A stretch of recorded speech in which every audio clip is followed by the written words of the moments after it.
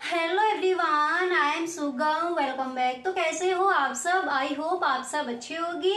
स्वागत है आप सभी का आपके अपने एसपी स्टडी यूट्यूब चैनल पर। तो गाइस, आज हम इस वीडियो में देखने वाले हैं, जैसा कि आपने कहा था कि तो गाइस यहाँ पर हम देखने वाले हैं, जैसा कि आपने कहा था कि इकोनॉमिक्स के जो आपके ऑब्जेक्टिव क्वेश्चन हैं और जो आपके सब्जेक्टिव क्वेश्चन यानी जो भी आपके महत्वपूर्ण क्वेश्चन हैं वो सारे प्रश्न आपको बताए जाएं। ठीक है, तो पहले हम यहाँ पर देखेंगे जो आपके बहुविकल्पीय प्रश्न दिए जाते हैं, यानी जो आपके ऑब्जेक्टिव क्वेश्चन कौन कौन से इंपॉर्टेंट हैं इस बार के बोर्ड एग्जाम के लिए, उन सब पर पहले हम डिस्कस करेंगे।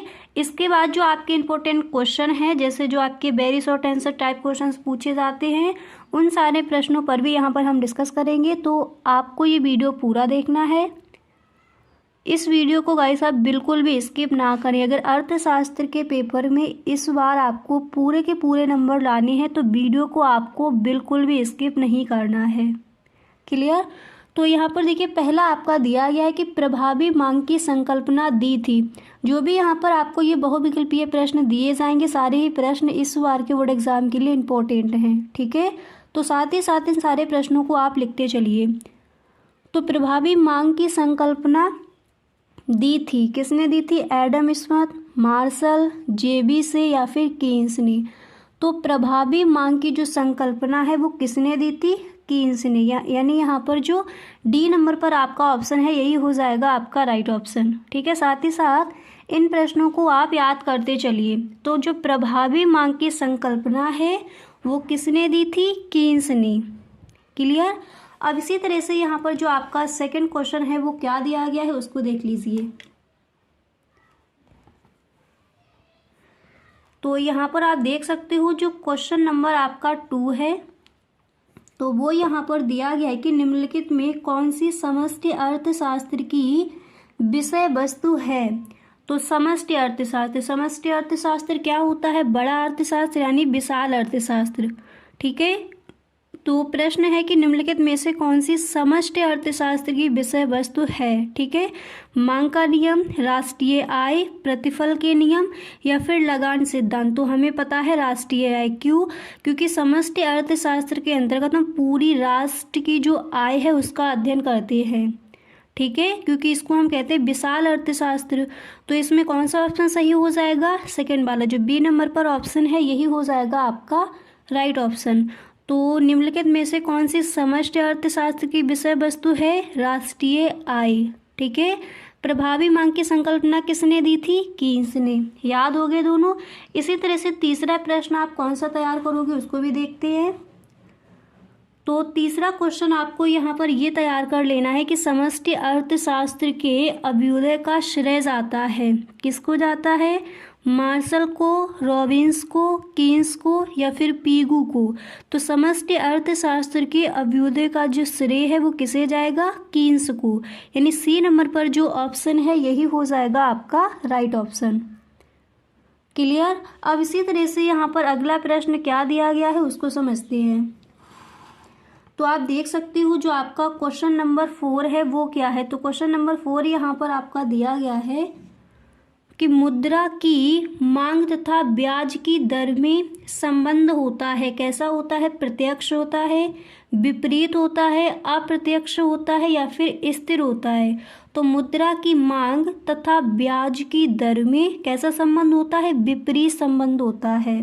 ठीक है, यानी बी नंबर पर जो ऑप्शन है यही हो जाएगा आपका राइट ऑप्शन।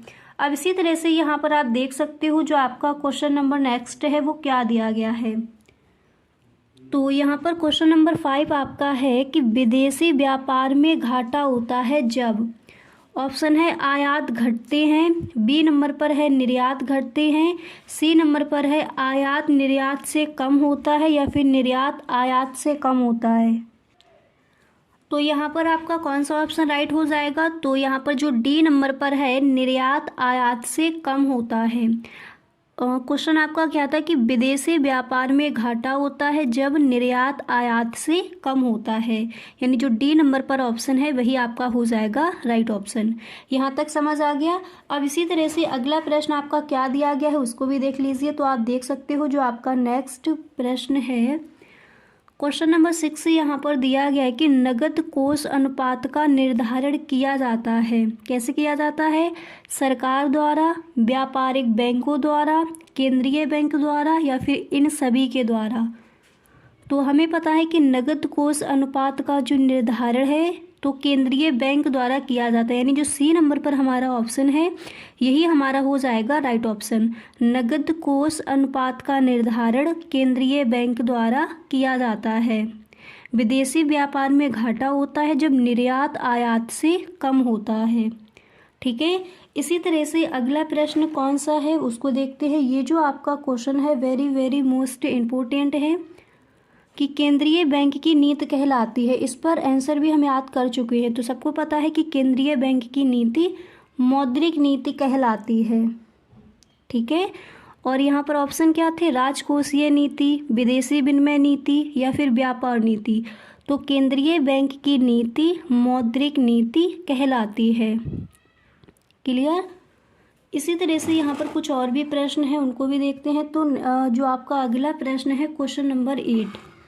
यहाँ पर देखिए जो क्वेश्चन नंबर 8 है यहाँ पर आपका क्या दिया गया है कि दीर्घ काल में उत्पादन के कितने साधन स्थिर होते हैं। दीर्घ काल में उत्पादन के कितने साधन स्थिर होते हैं? तो यहाँ पर ऑप्शन है कम से कम 1, 2, कोई नहीं, सभी। सी नंबर पर है जो कोई नहीं, यही हो जाएगा आपका राइट ऑप्शन।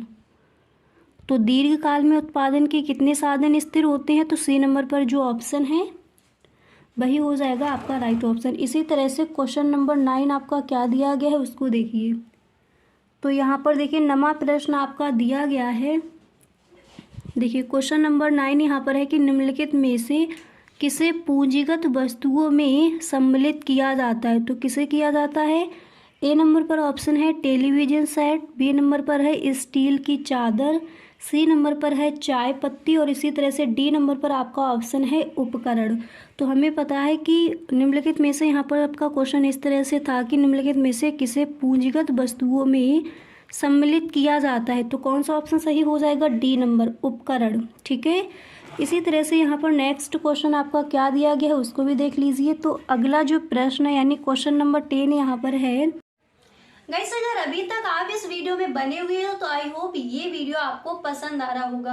अगर सच में गाइस आपको ये वीडियो अच्छा लग रहा है तो आप इस वीडियो को एक लाइक जरूर कर दें, और यदि आप इस चैनल पर पहली बार आए हो तो इस चैनल को सब्सक्राइब कर लेना एंड बेल आइकन को भी प्रेस कर देना ताकि वीडियो की जो भी नोटिफिकेशन हो वो सबसे पहले आपके पास पहुंचे। अब यहाँ पर देखिए क्वेश्चन नंबर जो 10 है वो क्या दिया गया है कि विदेशी व्यापार में घाटा होता है तब क्या होता है? आयात घटते हैं। बी नंबर पर है निर्यात घटते हैं, सी नंबर पर है आयात निर्यात से कम होता है या फिर निर्यात आयात से कम होता है। तो जब विदेशी व्यापार में घाटा होता है तो क्या होता है? निर्यात आयात से कम होता है। ये क्वेश्चन ऊपर भी हम देख चुके हैं। ठीक है, इम्पोर्टेंट है तो सही ढंग से आप इसको तैयार कर लेंगे। अब इसी तरह से कुछ आपके इम्पोर्टेंट क्वेश्चन भी हैं, उनको भी देख लेते हैं। अब यहाँ पर देखिए जो भी आपके महत्वपूर्ण क्वेश्चन है यहाँ पर पहले हम देखेंगे अतलग उत्तरीय प्रश्न आप कौन कौन से तैयार करोगे। ठीक है, तो वीडियो आपको पूरा देखना है, इस वीडियो को आप बिल्कुल भी स्किप ना करें। तो पहला प्रश्न आप तैयार करोगे अतलग उत्तरीय प्रश्न में कि अल्पकाल एवं दीर्घकाल में भेद कीजिए। क्लियर? सारे प्रश्नों को साथ ही साथ लिखते चलिए, अगर आपको स्क्रीनशॉट लेना है तो बाद में आप ले लीजिए। अल्पकाल एवं दीर्घकाल में भेद कीजिए, बजट रेखा को परिभाषित कीजिए। इसी तरह से यहाँ पर जो तीसरा प्रश्न है दिया गया है व्यष्टि अर्थशास्त्र क्या है। ठीक है, या फिर व्यष्टि अर्थशास्त्र की परिभाषा दीजिए। व्यष्टि अर्थशास्त्र से आप क्या समझते हैं? और यही क्वेश्चन आपका अगर लघु उत्तरीय प्रश्न में पूछा जाता है तो इस तरह से पूछा जाएगा व्यष्टि अर्थशास्त्र और समष्टि अर्थशास्त्र में अंतर बताइए। ठीक है, तो व्यष्टि अर्थशास्त्र और समष्टि अर्थशास्त्र क्या है, सही ढंग से इन दोनों को आपको तैयार कर लेना है। इसी तरह से क्वेश्चन नंबर 4 है कि उत्पादन की स्थिर लागत से क्या तात्पर्य होता है, इसको तैयार करेंगे। ये क्वेश्चन जो इस बार आपका बोर्ड एग्जाम हुआ था उसमें आस्क किया गया था कि पूर्ण प्रतियोगिता की कोई 3 विशेषताएं लिखिए। ठीक है, इस तरह से प्रश्न आया था, पूर्ण प्रतियोगिता की विशेषताएं बताइए। इम्पोर्टेंट है, सही ढंग से इसको भी आप तैयार कर लीजिए। ठीक है, इसी तरह से यहाँ पर नेक्स्ट क्वेश्चन आपको कौन सा तैयार करना है अतलग उत्तरीय प्रश्न में, उसको देखिए। अगला प्रश्न आप तैयार करोगे कि औसत भौतिक उत्पाद से क्या आशय है। 7वां प्रश्न है कि बाजार का अर्थ लिखिए। एंड 8वां क्वेश्चन है कि भुगतान शेष संतुलन से क्या तात्पर्य होता है। इन प्रश्नों को आप तैयार कर लेंगे अतलग उत्तरीय प्रश्न में, ठीक है। तो अगर आपको यहाँ पर इसका स्क्रीनशॉट लेना है तो स्क्रीनशॉट भी आप ले सकती हो। अब इसके बाद यहाँ पर देखिए जो आपके शॉर्ट आंसर टाइप क्वेश्चन आज किए जाते हैं वो आप कौन कौन से तैयार करोगे, यानी लघु उत्तरीय प्रश्न अर्थशास्त्र के पेपर में कौन कौन से इंपॉर्टेंट हैं उनको देखते हैं। तो नमा क्वेश्चन यहाँ पर आप देख सकते हो दिया गया है कि उपर्युक्त रेखा चित्र द्वारा औसत लागत और सीमांत लागत के संबंध को प्रदर्शित कीजिए।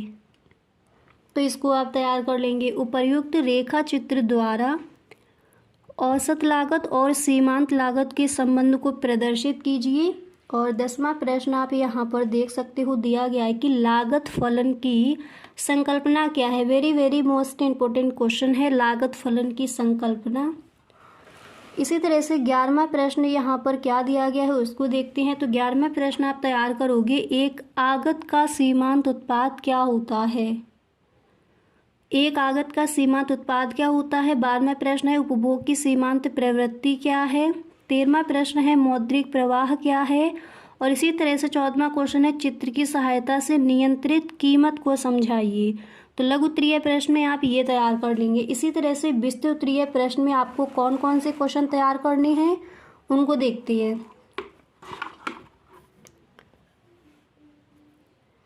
तो यहाँ पर देखिए पहला प्रश्न आप तैयार करोगे कि समग्र मांग का अर्थ एवं इसके अवयवों को संक्षेप में समझाइए। समग्र मांग का अर्थ एवं इसके अवयवों को संक्षेप में समझाइए। नेक्स्ट है चालू खाता तथा पूंजी खाता क्या होता है विवेचना कीजिए। चालू खाता तथा पूंजी खाता क्या है विवेचना कीजिए। राष्ट्रीय आय मापने की उत्पादन गणना विधि या व्यय विधि को समझाइए। Very very most important question है। 3 विधि आपकी होती हैं, एक आपकी आ जाएगी, ठीक है। तो तीनों विधि आपको याद कर लेनी है। क्लियर इंपॉर्टेंट क्वेश्चन है, सही ढंग से इसको आप तैयार कर लेंगे। अब इसी तरह से यहाँ पर देख सकते हो जो आपका नेक्स्ट क्वेश्चन है तो दिया गया है कि समष्टि अर्थशास्त्र क्या है, इसकी विषय वस्तु की विवेचना कीजिए। ठीक है, तो समष्टि अर्थशास्त्र और व्यष्टि अर्थशास्त्र क्या है, सही ढंग से आपको तैयार करना है। इसी तरह से 19वां प्रश्न है कि सार्वजनिक वस्तुएं सरकार के द्वारा ही प्रदान की जानी चाहिए, व्याख्या कीजिए। तो देखिए विस्तृत उत्तरीय प्रश्न में आप इन प्रश्नों को तैयार कर लेंगे, ठीक है। और लघु उत्तरीय प्रश्न में आपको इन प्रश्नों को तैयार करना है। अतलघु उत्तरीय प्रश्न में देख लीजिए। अतलघु उत्तरीय प्रश्न में ये जो प्रश्न यहाँ पर दिए गए ये है आपके इम्पोर्टेंट क्वेश्चन, ठीक है। अब इसी तरह से यहाँ पर देखिए अगर अर्थशास्त्र के पेपर में आप पूरे के पूरे नंबर लाना चाहते हो तो गाइस एक आपका जो मॉडल पेपर है बैरन मॉडल पेपर इकोनॉमिक्स का, उसका फुल सॉल्यूशन आपको दिया है। अगर आपने वीडियो नहीं देखा है तो डिस्क्रिप्शन बॉक्स में लिंक गिवन है, वहाँ से आप उस वीडियो को ज़रूर देख ली, क्योंकि उसमें जो आपके सब्जेक्टिव क्वेश्चन ऑब्जेक्टिव क्वेश्चन जो भी प्रश्न है उन सारे प्रश्नों के साथ में आपको आंसर भी मिलेंगे, ठीक है। तो उस वीडियो को आप ज़रूर देख ली। अर्थशास्त्र के पेपर में फिर आपका एक भी नंबर कटने वाला नहीं है, पूरे के पूरे नंबर आप लेकर आओगे अगर उस वीडियो को आप देख लेती हो। ओके, तो गाइस उस वीडियो का लिंक आपको डिस्क्रिप्शन बॉक्स में मिल जाएगा, वहाँ से आप उस वीडियो को देख ली। Okay, thank you so much.